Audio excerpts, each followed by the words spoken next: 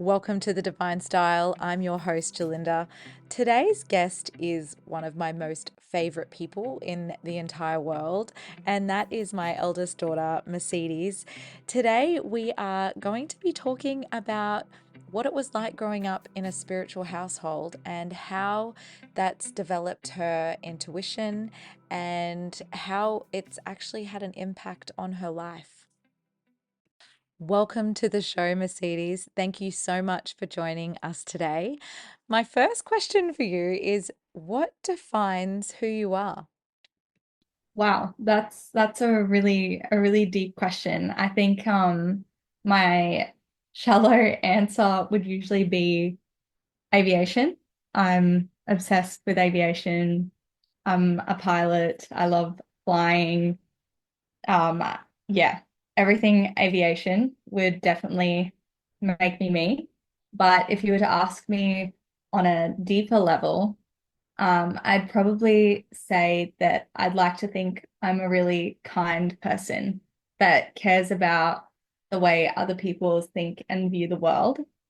And I'm really inquisitive about like people and the way they think. And I try to be really understanding of everyone. Those are definitely some of the qualities that define you. You are just so kind and compassionate and considerate. You are definitely a beautiful young woman.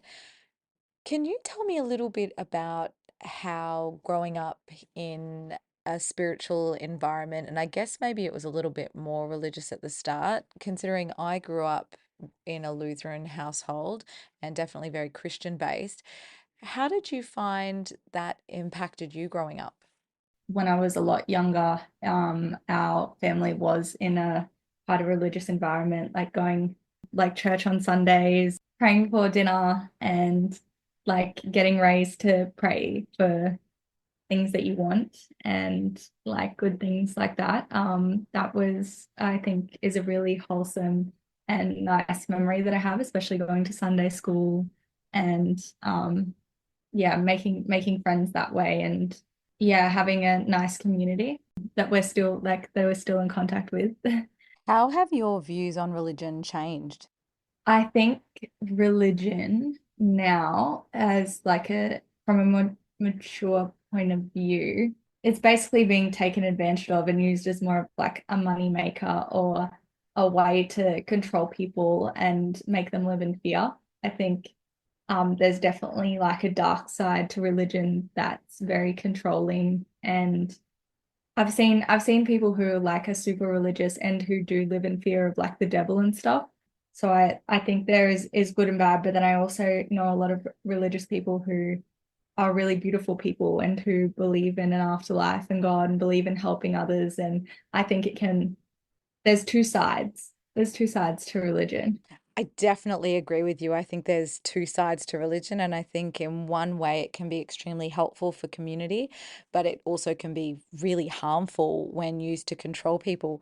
How do you feel that my parenting shifted after my spiritual awakening? Yeah, I think that shift wasn't immediate. It was definitely a more gradual shift into being more in tune with how you feel like you're feeling. I think that was where your spirituality came in. Well, it wasn't necessarily, okay, this is wrong and right, and you know, you're really bad for doing this. I think when like we started to get older, instead of just like telling us off you were more so like, well, what made you want to do that? Why are you feeling like you have to disobey me? Or I think gradually, like it wasn't initially like that. I remember being really scared and not understanding why I was getting in trouble and stuff when I was younger. But you definitely, as we got older, were able to communicate, you know, this is why you're in trouble. Why do you think you did that? How are you feeling? That was definitely a way nicer and a way more understanding way of being in trouble. I think I did less things that I knew was going to go against you because I didn't want to upset you or disappoint you. I definitely think it wasn't like a streamline you went immediately into that. There was definitely trials and tribulations and times when you definitely reverted back to the why are you doing this? I'm your mother, do what I say. What did I do? Like, I'm like, what do you mean? You told me when you were this age you were doing this. How do you feel the way that I parented has shaped your perception of spirituality or God? That's a really interesting question because I think you always gave us the opportunity. And I remember in school, because we did do religion in school as a class every week. And I remember they said, like, draw what you think God looks like. And I drew the sun. I drew a big, bright, shining light that I felt like gave light to everything and all things on Earth. Yeah, I remember drawing that when I was maybe about 6, and my understanding was without the sun, there would be no light. We need warmth and the sun to live. So if the sun, if all of a sudden the sun disappeared, we would not exist. So I think you were very open about what we wanted God to be or look like or is for us. And that was definitely a really nice way to live and view the world because I couldn't imagine being afraid. Like everyone makes mistakes and does the wrong thing, I think, everyone in their life. And I couldn't imagine what it would be like to be afraid of doing the wrong thing and feeling like you're going to get punished in an afterlife. So you're saying you've never been afraid of God? Yeah, and that's why like, you go to God for forgiveness and stuff. And I think as much as you can go to God for forgiveness, you also taught us that first we need to be able to forgive ourselves and is the first step in moving forward and not making the same mistake again. And it's okay to make mistakes. It makes my heart so happy to know that you are totally forgiven and that it's okay to make mistakes. I think sometimes people can worry about getting things wrong and then that can hinder their intuition. How has this played with your intuition? Because I know one of your superpowers, and that is to be able to let somebody know A, when they are pregnant, sometimes before they know it, and B, what the sex of their baby is. Definitely the knowing if people are pregnant. Oh my gosh, the amount of times I've looked at friends or like looked at their bellies and they've felt called out because I like stare at them for a few seconds and I'm like, are you pregnant? Yeah, and that's been pretty funny. I've actually found out people are pregnant before they even knew they were pregnant. Like I've questioned it and then they're like, no, and I'm like, oh, I'm so sorry. And then they've come to me maybe like a week or two later and they're like, guess what? I was. Like Do you find that you always trust your intuition? there's a few times I haven't trusted my intuition. I could think of more times where I haven't, or I've gotten like a feeling like, oh, maybe last week I got this feeling I was in bed, I was ready to go to sleep, and I was like, I feel like I need to go check if the front door's locked. And I got up to go check and I hadn't locked one of the locks properly. And so I was really glad I tuned into my intuition then. But I think before I've been like, oh, maybe I should check my bag to see if my book is in there. And I've thought, no, no, my book's definitely in there. And then I've gotten to the place and my book isn't in my bag. I'm like, oh, I didn't trust my intuition then. Like it was telling me that I should have checked and I didn't. I'm still learning how to trust my intuition and when it's right or wrong. I think intuition can be confused for like anxiety sometimes. Yeah, definitely. It's that same tingly feeling. That's my closest feeling to intuition. You've definitely told me to just trust my gut, and I think I'd definitely call you to confirm that my gut that I'm making the right choice. I'm like, I know this is what I'm feeling. This is where I'm at, but can you just confirm for me that that this is the right choice? I did that today. You did call me today. And look, I feel like it's really important that when you do feel like, is my intuition playing up or is this anxiety? This really comes back to self-inquiry. And Yeah. this is why often when you call me, I will do a quick reading or do some cards and tune into my own intuition to help you. But I often encourage you to navigate back to yourself so you can decide what's right for you. And also talk about maybe some of the reasons, whether they're conscious or subconscious reasons, why you're finding making that decision difficult. And Yeah, look, and sometimes these things can be really trivial, like when you've lost something and you want me to find it. that's definitely happened a few times. I can think of that with an earring. Speaking about like intuition, another memory I have of you is when we were younger, is it was so hard. Like, I can't tell you how hard it was to keep things a secret from a mother who just knew. And I think that most mothers have an intuition, but my mom, like, I thought I had everything down pat. I thought I had everything. I was like, she's not gonna find out. How would she know? How would she know? I've gone for a run. I'm back. She no idea, no idea. And then it would be a week later, and she'd be like, you remember at 7 a.m. on the 26th of January, 2014? It was at that moment I realized I couldn't hide anything. I tried. I really tried. And it wasn't even like things that big. It would just be like, I'm going out for a run. But I didn't want you to know I was going for it. I don't know why I didn't want you to know I was going from. Maybe I was meeting like a friend or something, and you told me at the time I was like grounded. I wasn't allowed to see friends, but like I used the excuse of going for a run or something. I guess for me, it was really about trying to strike a balance between not prying and not using my intuition to, yeah, spy on you. But really, all I wanted to do was keep you safe.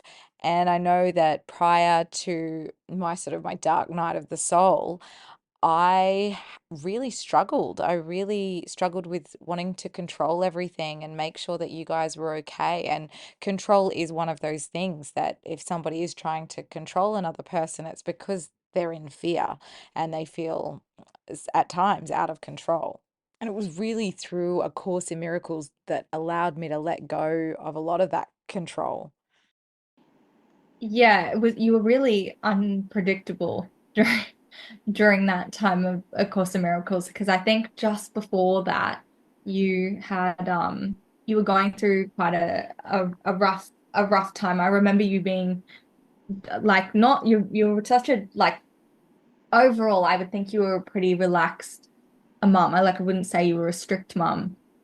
You were pretty relaxed, and I told you a lot of things about what I was doing and stuff, but I can remember um just before you did A Course in Miracles, you were really like annoyed at like any little thing I did. I think I remember I wanted to go see my boyfriend at the time, and you were like, what do you mean you want to go see your boy? I think we'd come back from a 2 week holiday, and I was like, I want to go see my boyfriend now. And we'd like just got back, and you're like, we just got back. Like, you don't need to go see him. I'm like, why? And you were like really annoyed about it. And even my stepdad, Rick, was like, I don't know why. I don't know why. I don't know why she's so annoyed about that. I don't see a problem with you going and seeing him. And I'm like, I don't get it either. Like, it's I such know. it was such a strange time, like just before that. Like it would be like any little thing you were it kind of felt like you had to be on eggshells with you for maybe it probably wasn't that long, but it felt probably in my head it felt like longer. It was probably a few weeks, and it could have undoubtedly been your period. But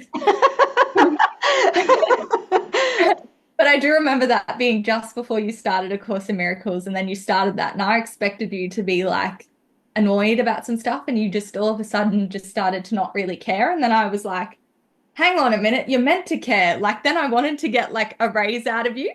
Like I was like testing it. I'm like, I like hello, like didn't usually that annoys you. Why aren't you annoyed?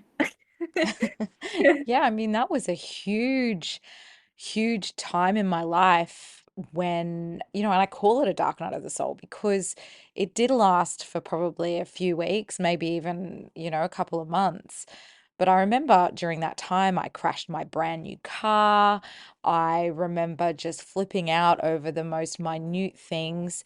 I couldn't understand why I just couldn't be happy. Like nothing made me happy. And I was really trying to hide it from you kids. Like, I didn't want to put that on you. I didn't want to make you guys feel bad. Yeah. And I think, too, I was really not wanting you to make the same mistakes that I had made growing up and maybe fall into the same traps. So I was really mindful about wanting to, yeah, give you the best upbringing, a better upbringing than I had, I guess, like most parents. Yeah, I think now that you bring that up and we talk about that, I think I was around 16 when you were going through that dark place, and then you started the Course in Miracles. I'm pretty sure that was around the time I was 16, and you had me at 17. So Yeah. I can imagine that you were like, what do you mean you want to see your boyfriend?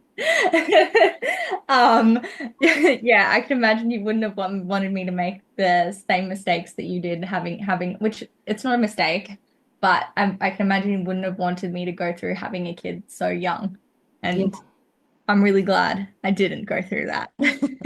Yeah, and look, and you and I have spoken about this before.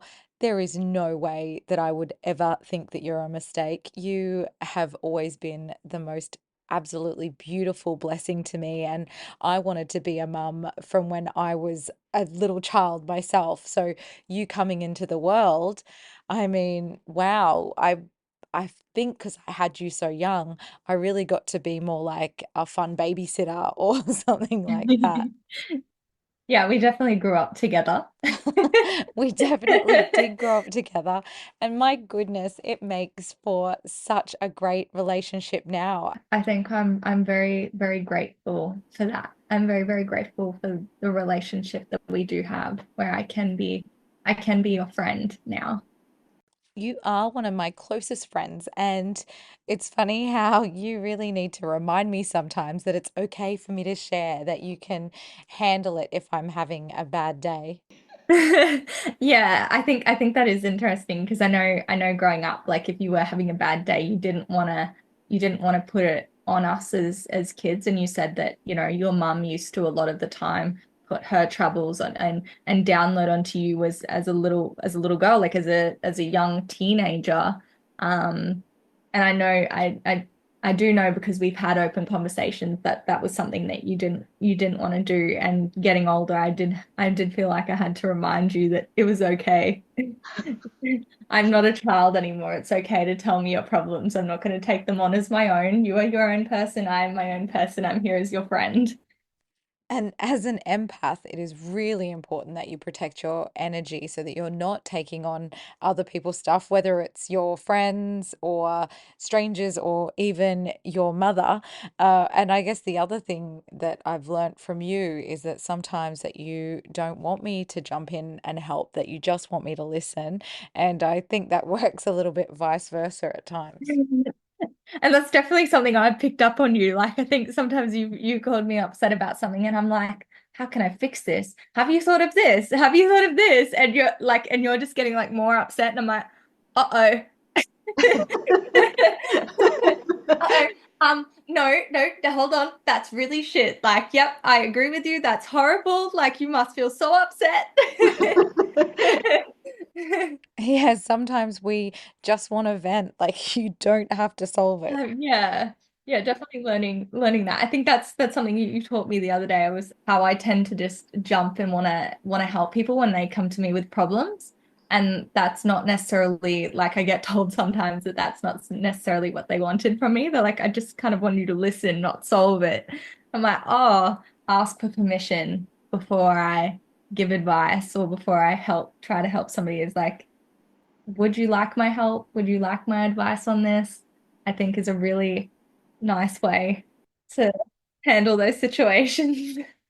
I mean, you are a natural problem solver, but you're also very ambitious. And I know that manifestation is actually something that you've practiced for a really long time since you were a child. And I remember buying you a book that was like The Secret for Teens. I'm pretty sure I got it for you when you were a little bit younger than that, though. Yes, I can't believe like I was actually thinking about this the other day because now that vision boards and stuff like that is such a big thing and manifesting and everything like that. I, ever since I was little, when you got me The Secret and stuff, I remember I did like vision boards with you, but then I also had a full wall where I printed out quotes and pictures and places I want to travel to and things I wanted to do. And I put them all on this wall in my room and it filled the entire wall.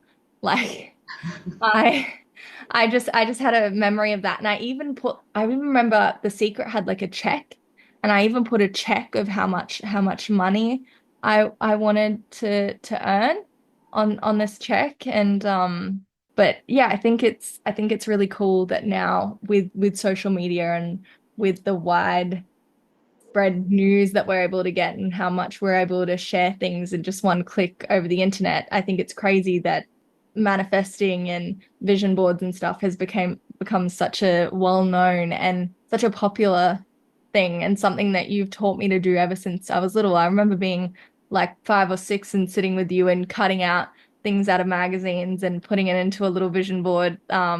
I have a vision book that I still have from when I was younger. So it's really cool. I've actually since looked back on that book, and I've actually traveled to a few places that I cut out of a magazine and put in the book. So I thought that's pretty cool. And knowing what you want is actually the first principle of manifestation. Yeah, I think you bring a lot of things into your life that you focus on. And then that comes in with who you surround yourself with as well. Because, if you're focused on like good things are going to continue to happen. And if you focus on bad things, I think bad things are going to continue to happen. Even though you are still quite young, if you could go back to a younger version of yourself, what would you tell her? Like if I could go back and tell 13-year-old me something, it is that no matter what happens, it'll work out the way it's meant to. I think I was so worried about what was going to happen in the future, what I was going to do, how I was going to do it, all of that sort of stuff. I think I wish I just kind of like lived in the moment a little bit more and appreciated where I was at then, because I was just so far. I was just so fast to want to grow up. I wanted to grow up so quickly. And now it's 10 years later, and I'm like, it went quick. We didn't need to wish it. We didn't need to wish it away. No, you certainly don't want to rush life.